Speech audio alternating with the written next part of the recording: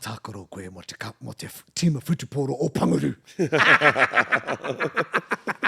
Ko te whakapapa o te kupu dispute, ia humai Te Tai Tokerau. Ko te wairua! And he's like, chin, bang. Yeah. They were mean. Taku tino kupu, neke toa neipa. Oh.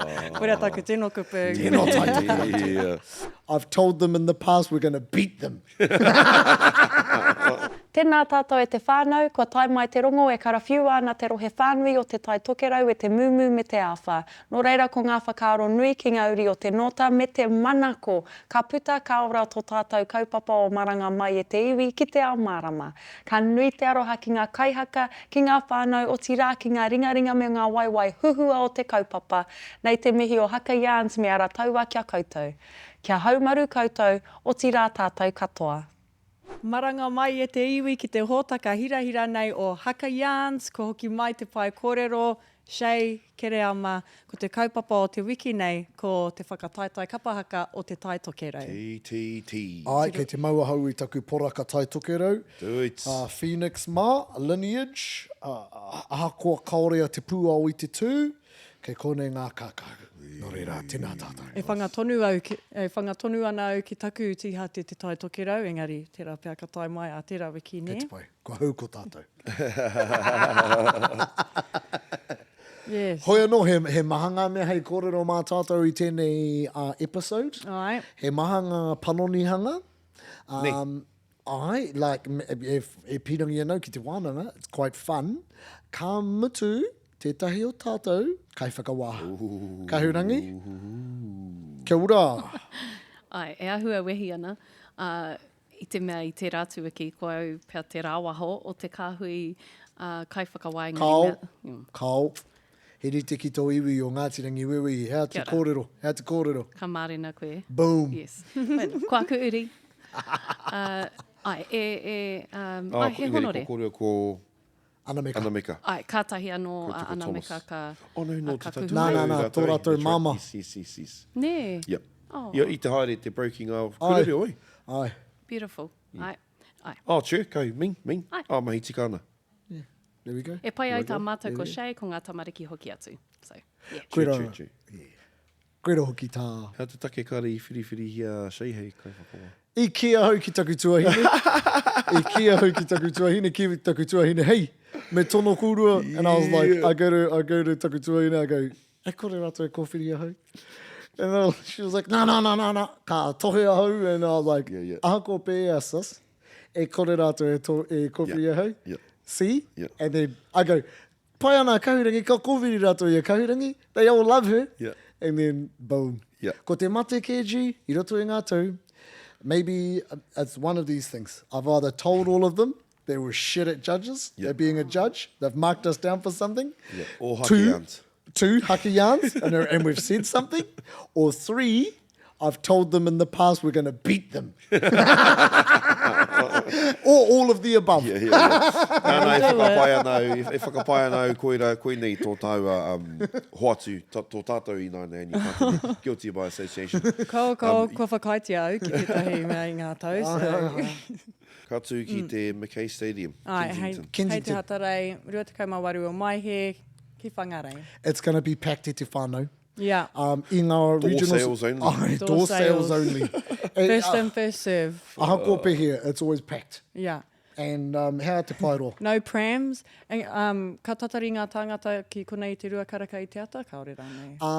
Taua momo. E hare te mea e ka tūwhera wawe ngā kuhāne and me haere atu koe. I think tērā pēr, hare koe e ringi, hare te mea tāia ana koe te tiaki e tahi tūru mo tō auntie. Ne? Yeah. Kau. Yeah. Ko te utu rima tāra, ana ko ngā tamariki mo ngā kaumātua karekau he utu. I hia ngā kapa. Te kaumawha ngā kapa, Kaumawha. iwa ngā kapa ngāhau e rima ngā kapa whakataetae, so wha ka whai wāhi atu ki Te Matatini. Kia ora.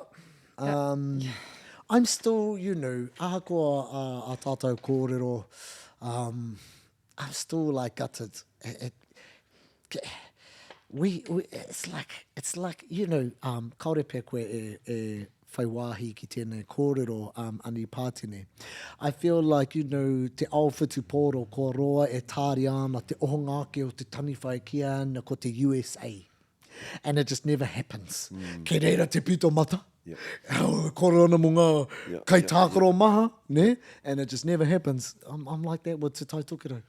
Kei reira, ngā kai haka maha, kei kei ngā- taumaki a haka ana, Ai, and just never happens for some reason.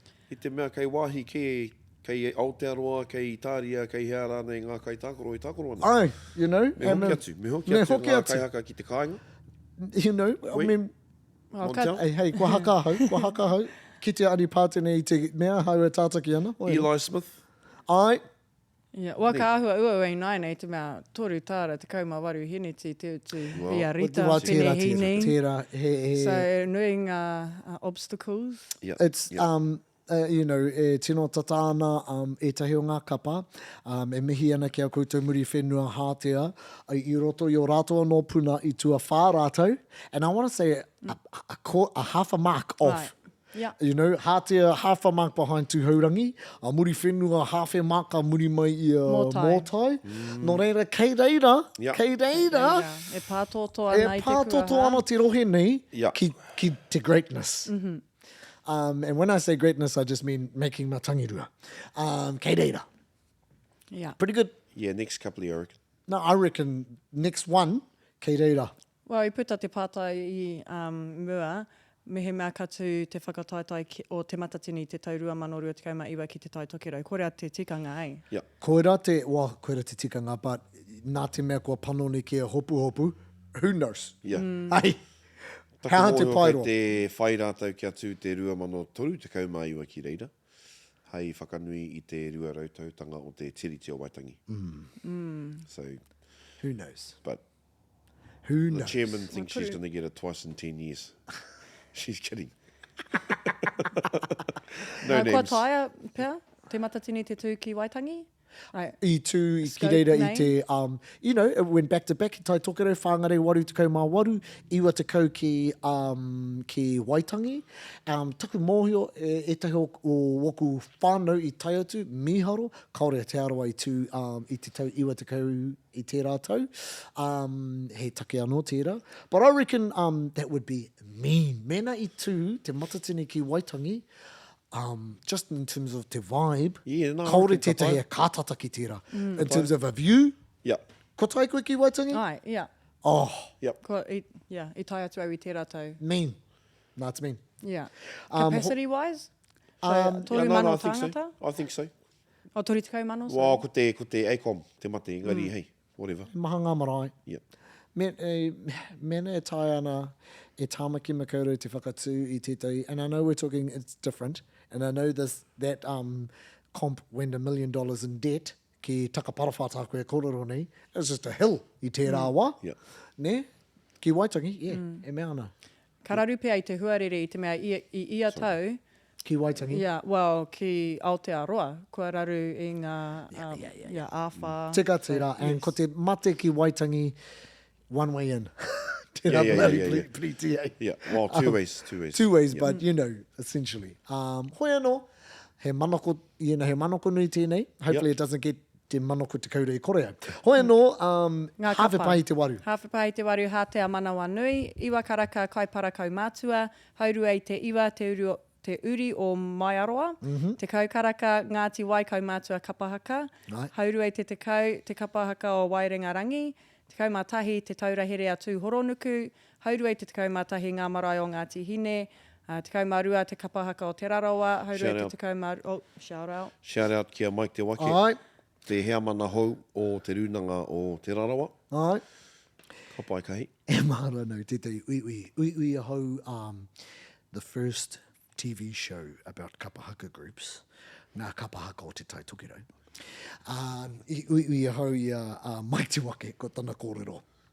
Iau e tupu ana e toru ngā ture, i whakaako kia matau. He te rarawa koe, he katorika koe, ka tākaro koe mo te tima whutupōro o Panguru. Koe roa aku ture, e toru. Nō reira, kaore kore ka whakaungia e rā ture. Ki roto i tana. Ai, ki roto. Nō reira, ka pai, brother. Nā haurua te tukau marua, te hiku tū, kapa haka. Ai. Nō reira, hātea manoa nui, a tāhua tēnei kapa i ngā wā katoa. Koe nei ngā aunties me ngā uncles o hātea. Cute. E mihi ana ki a rātou katoa, taku pōhi o mua Mike Kake. Koe e te uncle o tēnei ma. I tahi wā koe e te teunga kaitātaki. I'm not sure if you'll stand this round, but they are beautiful. I ngā wā katoa. Nā, te atu o ngā kapa, ko ki te ui o rātou socials. I've seen more socials of this kapa than I have of actual hātea. Is Ngāti Wai Kaumātua Kapa Haka. Āwhina nā māsia mā, i a rātou ki te haka. And Mr. Robert Diamond, kei te kōrero hia e te huana kōrero, hātaki hi. So that'll be fun. No shoes. Yeah. All of that. Yeah, nice. And then ka tīmata ko... Ia, te wāhanga whakataetae, rua karaka ka tīmata ki a muri whenua. Ai. Ko muri whenua te hotaka o Haka Feels i tēnei wiki. Ia, nā he miharo. And? They're pumping. Yeah. Pumping? They're pumping. Maha ngā kai waiata, Yep. kei taua kapa. Te atu o ngā mea kei te kiti ahau. I reckon he maha ngā kaupapa kei a rātou, hei whakaihi i a rātou i tēnei wānei. Kei te haere atu rātou, mena ka wikitoria rātou ki taku mōhio ko te kautau tēnei, no te wā i wikitoria tuatahi nei rātou. Nō reira, tērā, whakaui i tō rātou mana. Namatahi, namarua, i kite hau tō rātou wānanga mutunga i tūkiroto hokianga. Now, I would say this is the southernmost tip of muri whenua, probably not even muri whenua. Hoi anō, kei reira. Now, e tahi, hea te take kaore rātou i te haka ki rangi aniwa. There's a lot of kōrero going around, ne? Ēnei take katoa, hei whakaihi i a rātou mo te wikitoria. I reckon they got a pretty good shot. Tāko e te tiro nei ki ngā kaihaka. Yeah. Wow, ko roa rātou noho tahi anei. Yeah, bro. Me te pau. Yep. Te kaitātaki. Te kaitātaki. No Ngāti Whakaui, of course. Ne? Yeah, yeah. True. Of course. Mua wana... Me ana Shaolin stabby things. Hoi anō, I reckon, ko tahi no... My thing with the bro is, I think, kia kaha. Kei te pirangi a hau, kia kaha ia. Nā, koera tana taira. Tana taira. I Nea know, taira. I know. But, gee, I tupu a hau, I roto i te ao o te whakaatua i tana hungawai, a Chris. And gee, mo tētahi kaitātaki, kaore e pāngi ai mo tēnei ma te kaha. Ei? Yeah. Maybe this is on purpose because tana hungawai kei te pira, ne? So the whole other side, Yeah, ne? balance, yep. E rangi, he stack team rātou, and kei te kite hau, kei te kōwhiri ngā rangatahi, ke haere ki muri whenua. Okay. You know, even e te hunga rangatahi o tāmaki, you got the mum going to Angitu, and you got the kids wanting to go to muri whenua. Are they going to come out with the drum again? I don't know, but māku kia Change it up. tātou, my bro Boo, there's probably not a better drummer in old Māori than Boo. True. He's got the beats going. Yeah, it's pretty cool. So just sometimes the drum might be a bit loud. Bit overpowering, yeah. but he miharo. Okay. He miharo. Tabu. Karawhiu i tērā pahu. 0.5 points away from Motai and making Matangi Rua in 2025. Yeah. That's what Well, I'm saying. 11th place. and You know, yeah. Kāori whai wāhi ki te Matangirua, but they Ai. placed 11th. Ana i rongo au i ki te Krisirungi te Haka Feels, e mana ko ana, rua mana rua te kaumā whitu, koera te tau, Yeah. ka eke rātou ki te Matangi Rua. I would say, you know, it does determine, you know, kei te ahu o ngā puna, me te raupapa o ngā puna, but kei reira, ahako, actually, ahako ngā puna. I would say kei reira rātou.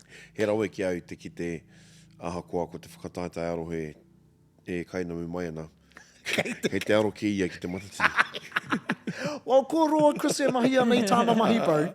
You know, Well, yeah, that's, Yeah, hei aha te that's big, whakataetae that's arohe. big dog mentality. gee, he was ko ia te kaitātaki wakahui a rua mano. Yeah, ana ara te mō te atea i te rātau. Ai, Puta i te I Ka Pata Tokerau. I te kōrero ki a putu. Montel, Ke reama? He ngā pohi ke. Hoi no? Nei, pai kei tau mo te tea. Nā, pona. Yeah. Nōta. Yeah. Hātiki i te whakarongo ki ngā ui te mea te mita o te Tai Tokerau ai tino kaha. Taku tino kupu, neke toa neipā. Korea taku tino kupu. Tino Tai Tokerau. Tete o ngā, kua roa hau e whakaro ana, koenei pia te tau. Ka retire ahau, ne? And then ka kite au taku tuakama, te ikanui, kingi wai aua, kei reira tonu bro, e kōkiri ana, and I'm looking at the bro, I'm like, kei a koe tonu te kaha? Te ikanui, bro. Boom! Yeah. He's a gangster, He bro. mohoa o tēnā tangata. Oh, bro. And kei aia. Tana reel i tērā tau, this was like 3 million views. Ia, he kaha te mātaki hia o ngā reels a ngā tāne, Koera tāku i kite ai. Because they're mean. Oh. And, but, mena kei te kororo tātou mo ngā wāhine mean, taku tuahine cups kei rotora, mean. Rātou katoa. So, muri whenua, Yep. they're there. 2:40 PM, hātea. Hātea. Another team, mean. Yeah. And 0.5 away from Kahurangi. Anei tāku e manoko nei, ne? Mō hātea. Rite ki a Ngāti Whakaue, ne? Ngāti Whakaue, tēnā pēr i te huringa, i te wā, i tūtaki koutou, ki tō koutou taira, ne? Ka tahi ka kitea tēnei te pakotanga o te angitu, ne? I etahi wā whakarau, e hara koutou i te mangu, e hara koutou i te savage, kei te pīrangi a hau kia rongo i ngā waiata rōrika i ngā wā katoa. Yeah. Ne? And koera tāku. Mēnā ka mahi rātou i tērā, ne? Singing beautiful harmonies mai te waiata tira ki te whakawātea, even as a whakawhiti in the haka. Yeah. Hey, just do it. Yeah. And boom. Yeah. Hey. Own your signature. Own it. Yeah. Mahi i tērā. Yeah.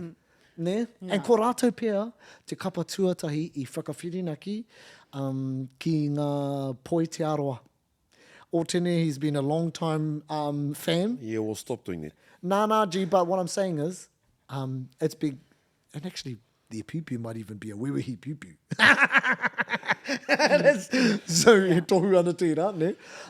But, Ko tāku hei whakapātaritari noi hoi a tātou, he aha te tino taira ake o Te Tai Tokerau, ne? Well, he pātai pai tērā, me tāku ki a koutou, tātou e kōrero ana mō mātātua rohe me ngā iwi maha. Well, he yeah. maha ngā iwi kei roto i Te Tai Tokerau anō hoki. Nō reira, he aha te taira. Yeah. Koera te...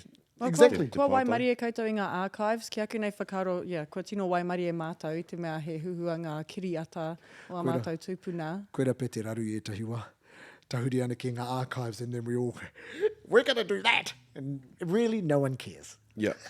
Nah, but, there's got to be ngā pōhiri i Waitangi, i te hokinga mai. Ai. Era mea katoa. Ngā hoia. Era mea Got to katoa. be something there, eh? Era mea katoa. But i te mutunga o te rā. Ko te tino waiata ki au, and I reckon kei reira te taina, ko te ngā tīkuri, te aupauri, Yeah. Muri whenua tērā. Tērā waiata, so, hoino. Yeah. Ana iau ka titiro ki a hātea wā ka whakaro ki a rātou, ka hua mai te pātai loyalty anō, like koenei pēr te tai kapa, ka put up te pātai kāwehe rātou, like te whānau tāpire amos, ka haere ia ki kapa ke. Hey, kāwehe koe o tēnei? No. Yeah. Mama, no. Yeah. Ko pēr, darling, tai koe te hunuki ki te waipaunamu. You are never leaving. Hātea. How whakaro kahu? Kei te whakawā koe, nō reira me tūpato koe i etahi o kōrero. Kei te mōhio hau, me professional taku. Kei te mōhio au ki e rā tikanga. Engari. No. Kei te piringa ki a kōrero mo te taira. I te mea, hau kaha hoki te taho shei ki ngā... Ki roto i te Tai Tokerau i aia e tū ana mō te pūao, ana kāre au i te tū. He taira tō rātou, he taira motu hake tō ia kapa, ana i ka kitea tērā i roto i te takahi, i roto i ngā kupu, i roto i te mita, i roto even Ngāti Whakaue kopi.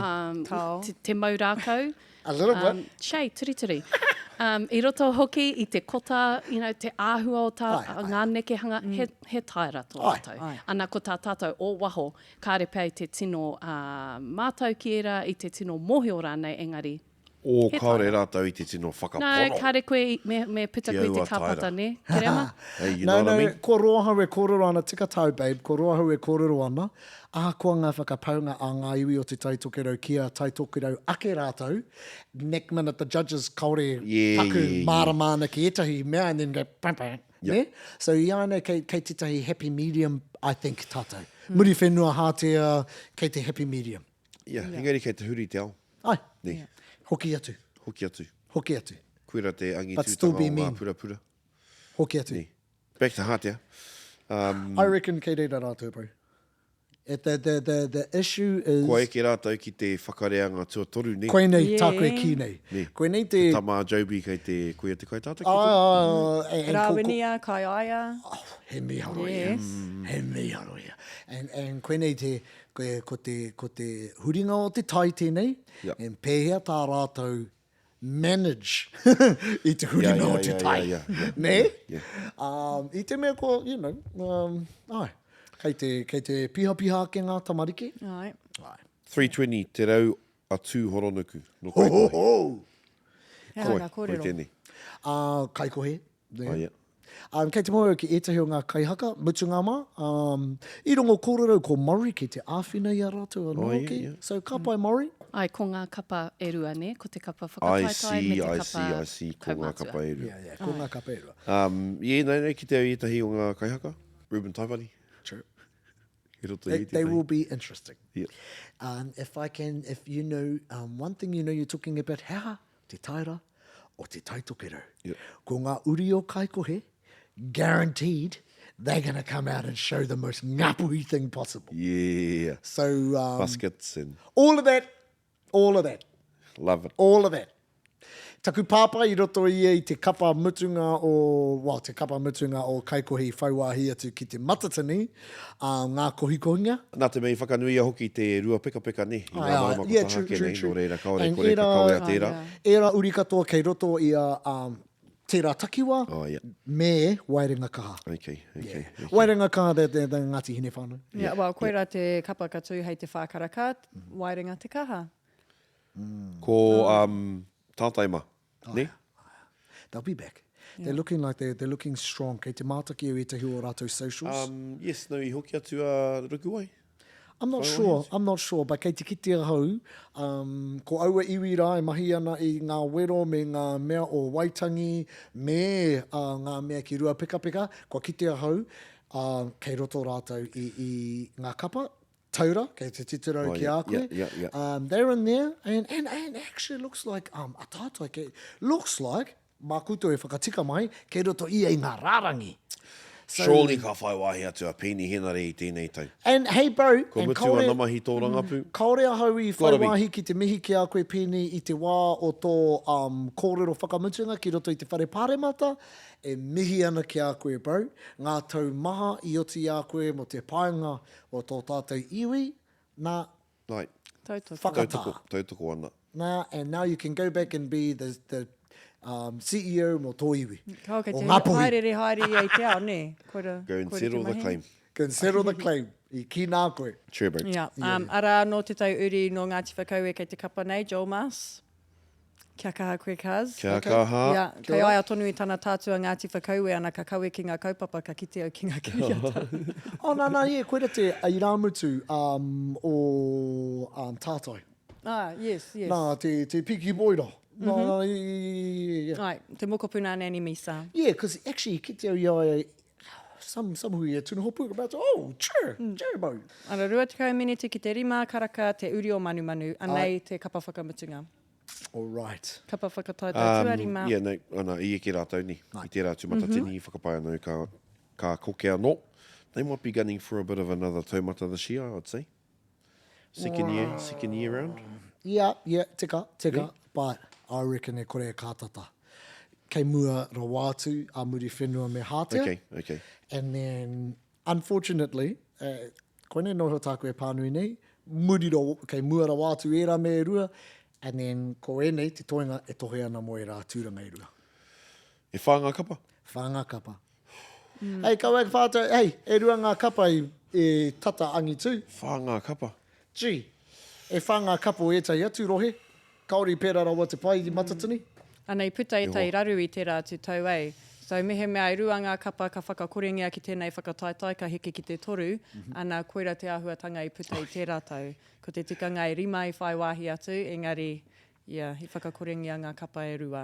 Ko wai anō te, ko Tāki Timu i mahi tērā ghost group, ne? Yeah. Ei, mo te tūpono ka puta tētahi, ei. I Waimari. whakaaro. Ai, whakaaro, hei, Tai Tokerau, me pērā koutou. No, whakaaro pai tērā. E ringi ko kaore tai ai, nei. Hoi anō. Now, me pānui tātou i ngā kai whakawa? Yes. Ko ki? Whakaeke. Yes, so he digital system i tēnei tau. Oh, okay. Yeah. Mā te rorohiko, ko True. te kaiwhiriwhiri matua ko Ruki Tauben. Ai. Ana ko ngā matatoki ko Deborah Mō wai. Nathan. Mō ngā tamariki Ai. te take. Kei te, obviously, kei te haere atu hau, cause ko Kahurangi kei te whakawā, and ka tāria nuitia hau, te wā, ka hama marata. And I'll wait for the next group, and then ka rikoata hau, mauria mai ki rungo haki ats. Hei kata mā tātou. Hoi anō? Ngā And that's why you're matatoki- not getting on. Yeah. Pono. Matatoki Deborah Nathan rao ko Hohepa Ramanui. Yeah, e rua ngā matatoki. Ai, whai Deb, nā ko te hoepa nei, he tino matanga reo anō hoki, roa e roto i ngā porohita o te ao Māori, o te reo Māori anō hoki. Whai Deb, now, i te huringa o te tai, i ngā, te mea, te Matatini tū ki te tai rāwhiti, i raweke e rātou i te digital scoring system i tērā wā. Okay. Nā, ko whai Deb, ko rātou ngā mea i whakahaere i tērā. Now, nui ngā Kahurangi i puta, but they've been doing this for a while. Okay. Yeah. Okay. He pai ki au taua tukanga i te mea he tere ake te patopato. Ai, and then, you know, mena te times whakahanga ki a te aroa, if there was a digital system, it would have been instant and there would have been no human error. I mean, tērā pe human error tonu, hoi anō in terms of te ata kite i ngā raraunga me ngā hua, ka tere ake. Well, actually, in the end, it was human error. So it would have been human error anyway. Ka huri ki ngā kai whakawā, so tērā pia he panonitanga ki ēnei, engari anei i tēnei wā. Whakaeke rangi pō i hākara rātou ko Kahurangi Milne, ko te hira painga ko General Wihongi. Boom! Yep. So me reka te waiata. Hey, Yeah. Gotta be a mean song. Yeah, but General and Te Hira, they're left field. Etahi o ēnei he left You know what I mean? Like, yeah. Oh, yeah, sure. Mō tētea. Yeah. He ni te mate kōiwi, te korau whangataua, Thomas Mitai rātou ko Anameka Painga. Me rongo. Ai. Hey, me rongo Me i te hohonu. Me hohonu. Yeah. Me rongo i te wairua. Yeah. Yeah. Me hori piripi te kiri. Ai! Yep, āringa. Āri ngā muri tere apiata, te rānia Ormsby, rānia Nice. Rakai o rātou ko Hone Tauben. Mean. I have no idea. Poi rangi pō i hākara he ni te mate kōiwi, Kahurangi Milne, Anameka Painga. Ka pai. Me eke ki te taumata. Ai. Haka te korau whangataua, te hira painga, Thomas Mitai rātou ko General Wihongi. Mean. Mean, you need to be mean. Yep. You need to be mean. Yep. No, You need to be mean and sharp. that's what I'm saying. I love this. I love Yep. this lineup because Yeah. kia hau, there is no, Gumby, Nah. Naji, Nah. me koi, Yep. Me kaha. me kaha. Me wana. Yep. And te kaitātaki, boys, me ko koe te kaitātaki, you gotta be mean. Yeah. Because ka te haka tira. Yeah. And titiro, te hira, gangster. Yeah. Te korau, Yeah. gangster. Yeah. No. Ne? Rātou katoa, mean. You gotta be mean. Yep. Wātea muri tere apiata, te rānia Ormsby, rānia Rakai o rātou ko Hone Tauben. Again, oua. I have no whakaro. Ko Te Reo, Junior Salisbury, Moana Roha, Henry, Eli Smith, rātou ko Isaiah Whakawātea apiata. me poto. Ne? I reckon. Me hangai. Rani ra kai o he ain't mucking around. Ai. He mahanga mea mo te taha ki te reo. Ana, kei te kitea hau, nā me Whakawātea wānanga. te reo atuhi? Kau, he take anō tēnei. Nā, Mea nui tēnei, hei wānanga mā tātou, ne? Ko te tau tuatahi tēnei, ko noho, ko te reo, hei ki roto i ngā mea whai mana, aggregate, i Te Tai Tokerau. Nā! Tāpiri ki tērā, tuia ki tērā.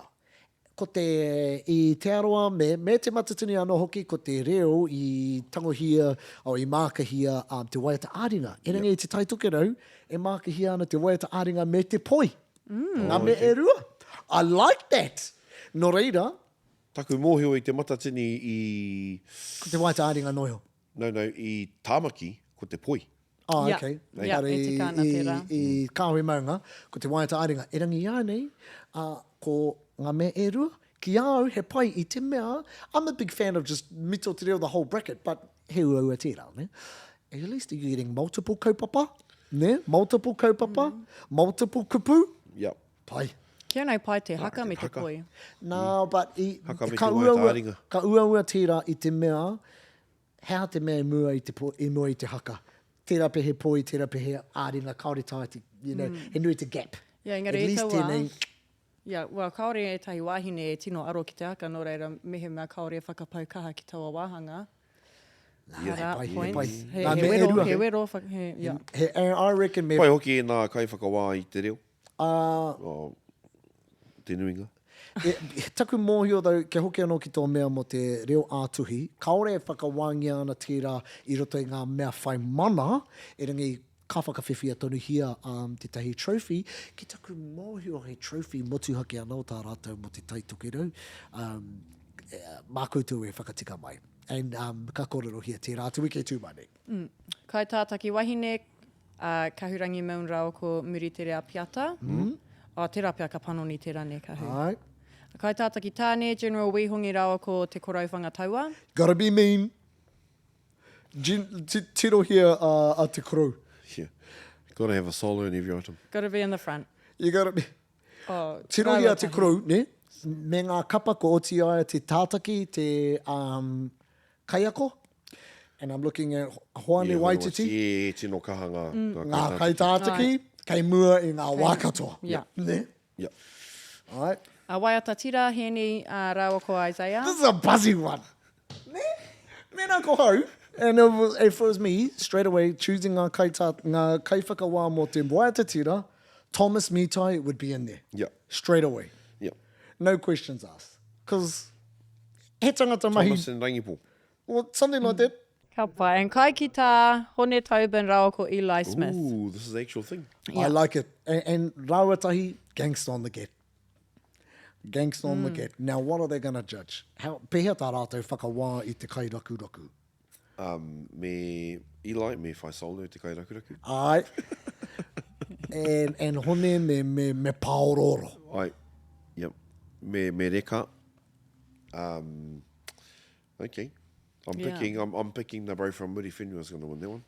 Te aki. Ai. Now, kaore koe I whānau mai tēnei wā. But he burst on the scene a te aki I te taurua mano. Yeah. Oh, yes. I whānau mai koe? Ai, Kore te tauatau. Tauatau. Burst on the scene because I te raku I arora. Ne?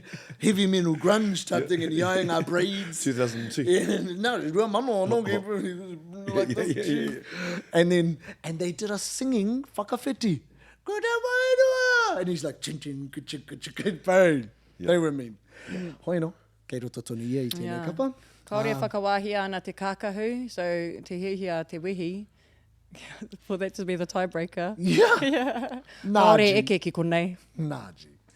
Be better to make the guitar as the tiebreaker. E rua ngā matatoki. Ai. Yeah, he ahu arereke te rā e ki te arawa e rima. Ai, te nui ngō te wā, etahi, kei ngā rohe anō o te mana, e ringi I ēnei kei te ki te tātou, ko tahi te matatoki ki ia wāhanga whakawā. Yep. Ne? Yeah. E ringi, so I ēnei, he nui te mea, he nui ngā mea mai pānui rātou. Yeah. Ana ara hoki te 30-minute Aua. disputes. Oh, ne? Kei te mohio rānei koe kahu?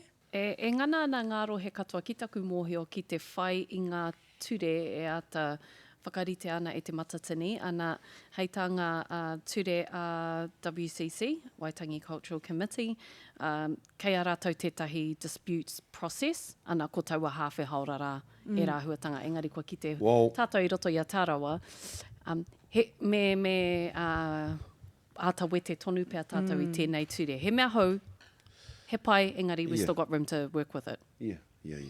Koera tāku. Kāri, me tika. Ai kei te whāwhātonu. Engari, kau e mau taima. Nō reira. Me he mea kei te whakauru koe I te appeals window, then do it properly. Okay. And so pēr tā rātou whakau kia tika. Well, koera. I mean, ko te tikanga ki roto o te arawa, ka aroa noatia ngā tohe, E panoni ana. E whakatau ana I te top 6. Ai. I tuatu I tērā kāre rātau I aro atu. Engari kiau nei me aro atu. Me he mea nina kei te whakarereki I te tahirua toru whare mono. I te mea ara e tahi āhuatanga kāri I a tā tirohia. First time, so hoi anō. Kia kaha. E mahara nau I te wā I kōrero hia te disputes process I te Matatini, nei te kōrero tātou kia Tāmati waka, anaka ki ia, aha ko hea, even if ka mean mātou, kei te dispute mātou. Oh, well. Aha ko pēr. Hey. Mena kei reira te rā Ko wini. te whira te kuaha, tomo kia. Mahi atu. Yeah. Hey. Nō reira, nō reira, dispute e te whaka. Kahu, e hia ngā disputes I tuku atu I te arawa? Ki taku mōhio neke atu I te rima. Engari, e ai ki te ture, me he mea kāre e rā amuamu, tono rānei e panoni I te tahi ki te rima, ka tāria e rā, ka waiho e rā mō muri. Nā reira, I tirohia e rā tono, a ngā kapa, kāri whakarereke I ngā māka, waiho ki te taha, because half an Pai hour... te rima? Po he hau karahi ake I te Well, rima. I think there were 7, but it didn't quite meet the criteria or within the time frame. I muri mai te wā. Let's move on, eh? Hoi Let's come anō, back to Te Aroa again. But the No, the disputes... we were the first to use it. Ai, tika tai. And mena ka kōkiri hia ngā disputes I te mea, koe te rohe ka dispute. Ia Mai hu rāno. Ko te whakapapa o te kupu dispute, ia hu mai te Tai Tokerau. Mō me te awa. Nō reira, he mea rereke tēnei. Ka mutu I nā te kuhunga mai o te reo Māori anō hoki, he ahuranga hou tēnei. Hei kōkiri mā rātou. Nō reira, it's gonna be mean. Mean. Kei te pirangi au ki te ka pēhea te tū o etahi o ngā iramutu. Wai mārama ke roto I a muri whenua. Nō reira, sure. Ka tū tētahi o te whānau, kareke? Kau e tēnei Kei rewa. waho ki te rohi. I te wai panga rātou I a mātou ki waho mai I te Matatini. Probably a blessing in disguise ki te mea katoa mātou, ko haere ki ngā kapa. I ke katoa koutou ki te matangiru, ai? Yep. True. Boom! Wao, ko tai And te wā e wāma. That's why kaore rātou I kōwhiri au. Whakarongo hia ngā kupu a tō mō tētea. E hoki. Hei. Kei au tērā tīhate. Mau te kōrero. Te aroa ake nei. E hoki ki o maunga. Hoi anō. Ngā pics? Ngā pics. Yep. Okay. Okay, ngā hua I te taurua mano rua te kaumā whā atua tahi muri whenua atua rua hāte atua toru te uri o manu tua whā te pua. Nā, me kōrero anō tātou I te Matatini, te kaumā tahi a muri whenua, top 20, I think, Yeah, top te kaumā- 25 a hātea. Te kaumā ono. Te kaumā ono a hātea. So, mean tērā. Mean.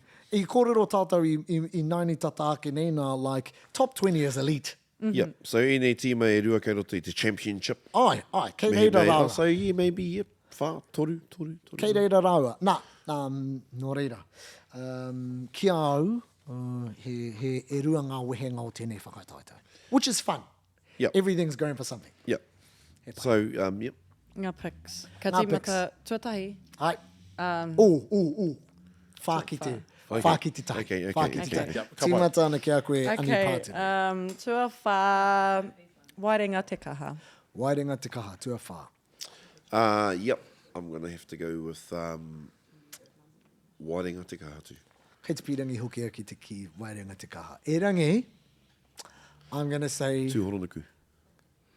No, because I think Te Uri o Manu Manu will make it in. So I'm going to say Te Uri o Manu Manu namawha. Oh, okay. Kia rere ke ake. Oh, I see. Tā tātou Whai, pai whai. kōrero. Yeah, ne? yeah. Tua toru te uri o manu manu. Yep, sorry, yeah. Te uri o manu manu. Now, ke hoki anō ki tāku i ki ai, ne? E rua ngā whakataetae ki au i tēnei wānei. Mo te tūranga namatahi, me te tūranga namatoru. Ne? So, ki au, e whakataetae ana a muri whenua me hātea mo te namatahi. Me uri o manu manu. Uri o me manu manu me wairenga. wairenga te kaha mo te tūranga tuatoru. Yep. Yep. And so, nā te mei kia hau te uri o manu manu tūranga tua whā, wairenga te kaha tuatoru. Boom. Okay, tuarua. Here we go. Tuarua, muri whenua. He nui taku aroha ki ngā kaihaka huhua o tēnei kapa, engari tuarua hātea. Mea hoki. Like, honestly, Alton is in my top echelon of close friends, ne? Mea Amoma and Te Arepa is a good dude. Yep. But I also think they'll come second. Because I think, unfortunately, they're going to come It's a out machine, and do... muri whenua. They're a machine, and unfortunately, they're probably going to come out and do a wero, and they're probably going to do some form of haka in their whakaeke, and just sing the song, you know? Give the people what Just they want. give the people what they want, Yeah. and just sing the Yeah, song. yeah, And yeah. No, I reckon they're going to change it up. and I just think... I reckon they're going to change it up. They're going to just Really? walk on. or something like that, bro. Because, like, now, pono, I think you fellas have changed the game a little bit, bro. Ngāti whakau tāku e ki nei. Because e mahara nau, e mahanga kapa i kia hau i pō he rātou. I'm talking about last Matatini. And let's call it, eh? Everyone's just following what happened at Matatini. Ne? And I would say Wewehi and Whakaue changed the game a little bit. You guys did. Yep. And then what Wewehi's done is a little bit of bringing it back to being faultless. Yep. Ne? Yep. And so you guys have changed the game a little bit. And of that's why I reckon Hātea's going to Hātea change will it be up. there, and so they're gonna win us. maybe you might be right in terms of actually, Cole, everyone thought koe nei te ahunga o te kapahaka, and then Ngāti Whakaue come out and go, no, okay, we're just going to do a basic walk-on with a tapatoru. Yeah, and I that's it. reckon the group up north who can do that, make that pivot, is Hātea. I agree with you. It would be too much for muri whenua to do that. Change. Absolutely. You know. Nā muri whenua, they're coming on with energy. Yeah. Whereas Hātea, if mene tae nei rātou, te mahi i tērā pivot, kawi ki tōria rātou. Yep. But will So they? they should do it with whakarongo, whakarongo. Something like that's that, what I mean. you know? That's what I mean. That's That's what the I song mean. that I was talking about before. No, yeah. They can do that. It's just whether or not they can. Yeah. Now let's go to our namatahi and namaria. Okay, namatahi, ana, e pēnei ana i te mea ka whakarongo au ki te waiata au ki te mōteata e puta i tō kāpata, te kāpata Tai Tokerau. So he Māori tēnei, no matakana engari, no, Ko muri te ingoa whenua. Māori, Ai, he mari e koe. ai. Yeah, so e puta ana i te kāpata, ana kia kaha ki ngā whananga o muri whenua. I rongo hoki taku ngā kau i tērā mōteata, i te mea he Graham, te muri kerea mata ki tūpuna. Hoeno, Hātea, for the win. The buzziest thing for me is I think, if Hātea can make that pivot, kawi ki tōria rātou. If they don't, muri whenua, it's theirs to lose. And I would say, ko te pātai kei ruto iahau is, how many double ups is muri whenua going to do? Ka mahi rātou i te mōteatea? Ka mahi rātou i te poi? Ka mahi rātou, because, etahi o era items, ahua rongonui ana, te poi me ngā aprons, mahe mo ngā ringawira, He rongonui tērā. Yeah, well, he pai te... Yeah. Oh, yeah, pai ki au taua poi. Yeah, see? Yeah. So how Ai, many me double taurua ups? pea i te No, poi, no, i kia mahi ki nei anō i te whakaro. poi. Ngeri te mōteatea, Different koera audience. pea... Different audience. Yeah. Koina tāku, because kei te kōrero rātou ki te converted. Ai, Hey. ai. Yeah. So Yeah. ka mahi rātou i te mōteatea anō? Probably not. Yeah. But I reckon muri whenua ka wiki tōrea, but it's going to be interesting to see. Yeah. No, whakapono anau kia o hata. tēnei mau. Nā, tētahi atu o ngā mea whakahirahira o tēnei whakataetae. Koe nei te tua toru o ngā big regions. Taua kupu ai. No, e ai ki ngā nama. Yeah. Oh, okay. Ngā nama o you know, o Te ngā... tuarima o ngā mea... Oh, wa Te kua- tuatori o ngā mea e rima. Ai, Oh, ono. Mā tātua te arawa, Tai Tokerau, Tai Tokerau, Tai Tāmaki, Nui, Temu. me Tainui. Oh. Oh, and Tai Rāpiti. Tai Rawhiti. Is Tai Tokerau? Are they really in their taumata? Well, a nama nei, ne. In my opinion, and also in terms of ngā kapa e whai wāhi ki te top 20, Yeah, I guess so. kei reira, 2 out of 4. a bloody Te Tai Tokerau. Te rapa he. Oh, no. Maybe we're actually Tai Tokerau is he seesaw, ne? Yeah, it's a swing. like- This is what they would call a swing state Ai, in America. in elections, tika tau. Kei reira, e tai ana, because Ai. we've got two kapa that are knocking on the door of the finals. Yeah. And you know, And consistently in the top 25. yeah, always. Like, no, engari, kei te piki. I reckon ka tere piki a te uri o manu. Ko te raru noiho, kei te piki ngā kapa katoa ki ngā rohe katoa i te wā orite. He painga tērā. So, He painga tērā. me tino piki te kapa kaori te whai wāhi atu ki ngā Yeah, matahirua. that's right. Yeah. Ai. Te whakataetae. And unfortunately, and kei te rongo hau i te rereketanga o te wairua, but Tai Tokerau has always been up against it when it comes to Matatini. Because there's never any judges, and you know, we get a couple here and there, you know. Yes, I always But look there's forward no- to Uncle there's Hone no- Harawira's post. Yeah, nā pono. No, but there's an element of truth kei reira. Yeah. I te mea ko ngā big regions, ka gang up, Yeah. and then they get their people in, Yeah. and it's overwhelmingly te aroas, mātātuas, and tai rāwhitis, Well, kia kaha. you know. Kia kaha. You've got the biggest Māori Yeah, and population. ko rereke te delegate i ēnei, ko Marcia te delegate i ēnei. Nō reira, interesting to see if she can move the needle.